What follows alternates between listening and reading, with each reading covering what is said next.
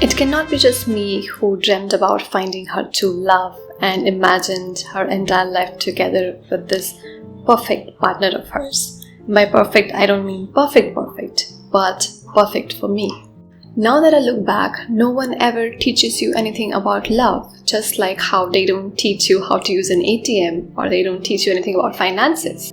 But let's not go there. Let's talk about a few things that I wish someone told me when I was a teenager and things that I want everyone to know.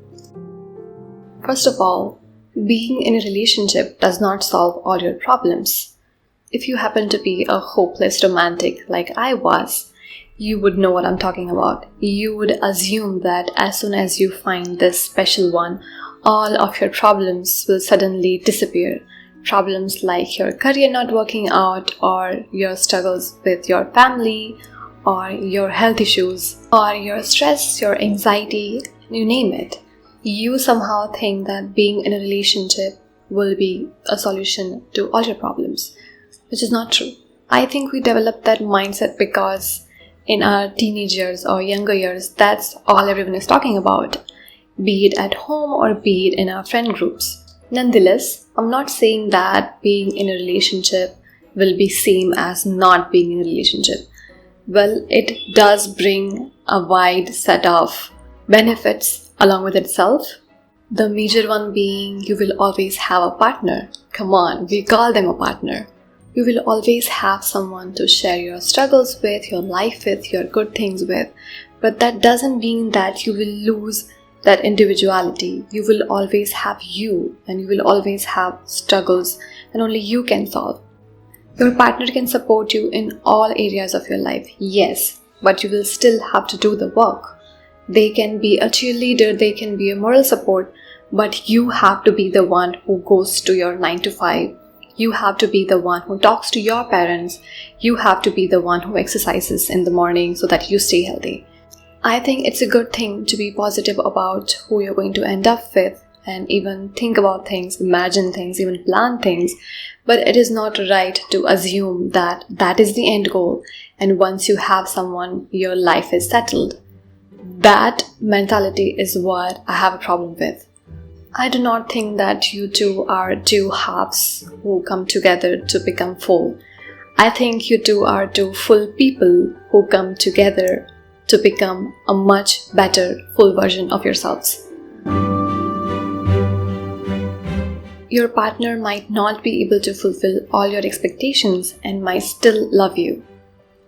When we are fantasizing about this future partner of ours, we almost always have a checklist.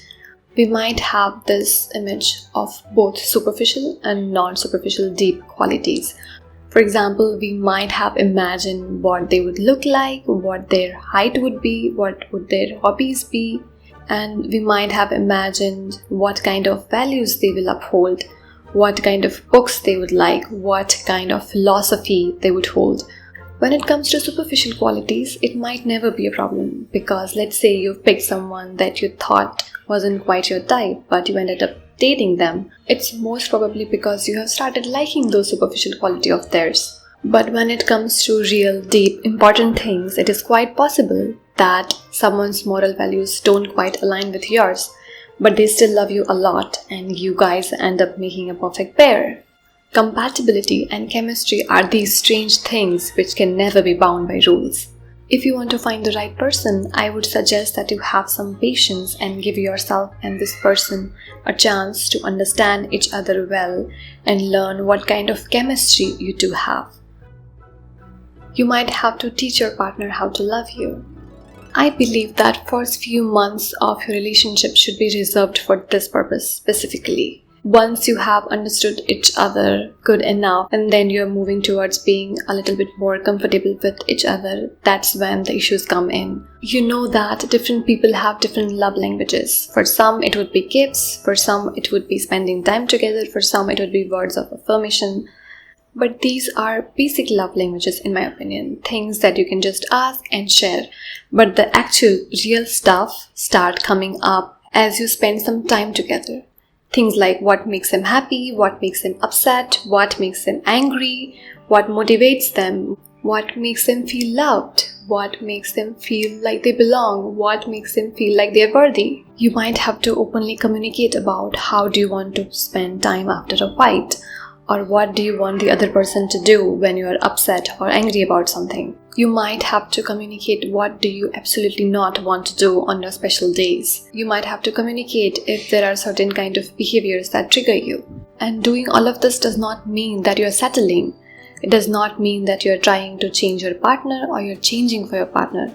It just means that you're teaching your partner how to love you, and they are teaching you how to love them. After all, we are all humans and we do not have superpowers to read minds. And having disagreements and difficult conversations do not mean that you're having a fight. In fact, that is a sign of a very healthy relationship. And no, they do not have to be perfect, neither do you. You two might be two different pieces of a weird-looking puzzle that somehow fit together perfectly well. Or well, imperfectly well. That was all for today. Please like this video if you found it useful, because that will help me quite a lot. Thank you for doing that.